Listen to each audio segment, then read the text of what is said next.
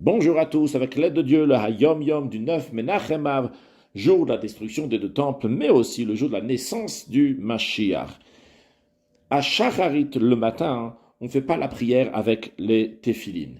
Deuxièmement, on ne fait pas jusqu'à la conclusion de la prière, c'est-à-dire qu'on fait la Mida, après on fait la lecture de la Torah, après on lit les keynotes, les lamentations, puis après on dit Asher Yoshevetecha et Uva Letzion sans dire le verset Vanizot Beritiotam.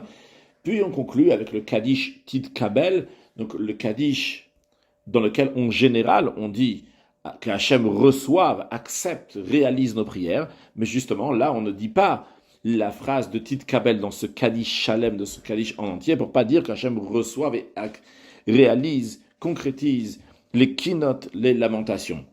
Et après cela, on ne dit pas le Shir Shel Yom, le cantique du jour, le Enkelokeinu, etc. C'est justement ce que le rabbi nous dit dans le Hayom Yom, que lorsque ça arrive la prière de Mincha de l'après-midi, là, on met les téphilines, et ce qu'on n'a pas dit à la fin de la prière du matin, on le dit maintenant. Donc déjà, quand on met les téphilines, on fait la lecture du schéma.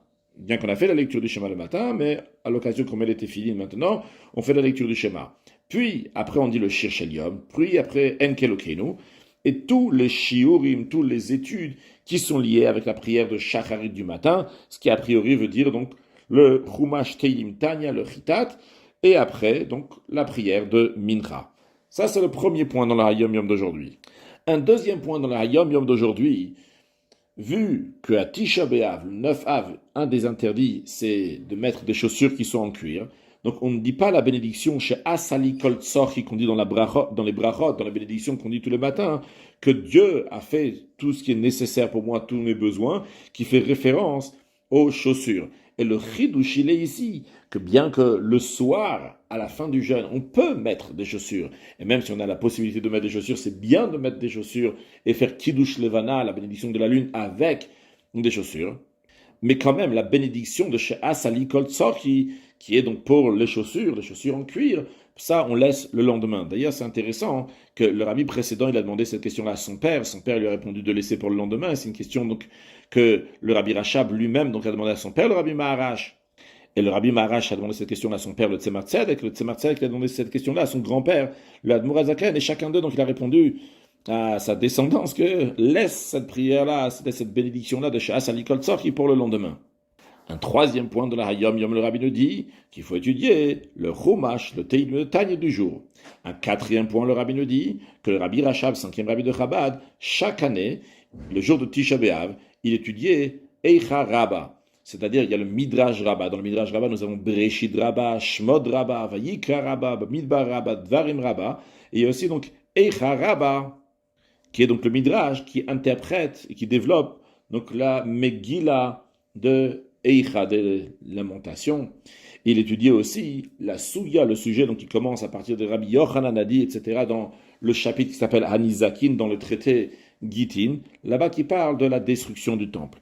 Un cinquième point, le rabbi nous dit, dans le comportement du rabbi Rachab. Le matin, après avoir fini donc ce qu'on appelle les kinot lamentation, qui d'ailleurs il lisait entièrement du début à la fin, il lisait donc la Megillah de Eicha. Un sixième point, le rabbi Rachab montait à la Torah pour le maftir donc qui est la dernière montée, aussi bien le matin de Tisha B'Av et l'après-midi de Tisha B'Av, il y a un maftir, et des fois le rabbi Rachab montait aussi bien le matin à la prière de Shachrit et aussi à la prière de Mincha à maftir. Que Dieu fasse que ce jour-là va se changer en jour de joie et d'allégresse, et comme on sait que lorsque Mashiach va venir, toutes les fêtes vont s'annuler, à l'exception de Chanukah et Purim, et même ça veut dire que toutes les fêtes vont exister, juste ils vont pas avoir leur importance comme ils ont aujourd'hui. Chanukah Purim aura encore une grande importance. On doit s'imaginer la joie qu'il va y avoir d'une fête qui va être fixée lorsque Mashiach va venir. En plus, le jour de l'anniversaire du Mashiach, sans doute, on va avoir une très grande fête. Yahafru Yamim Belo le Sasan Simcha, que ces jours-là vont se changer en jour de joie et d'allégresse. Très prochainement, un excellent Yom.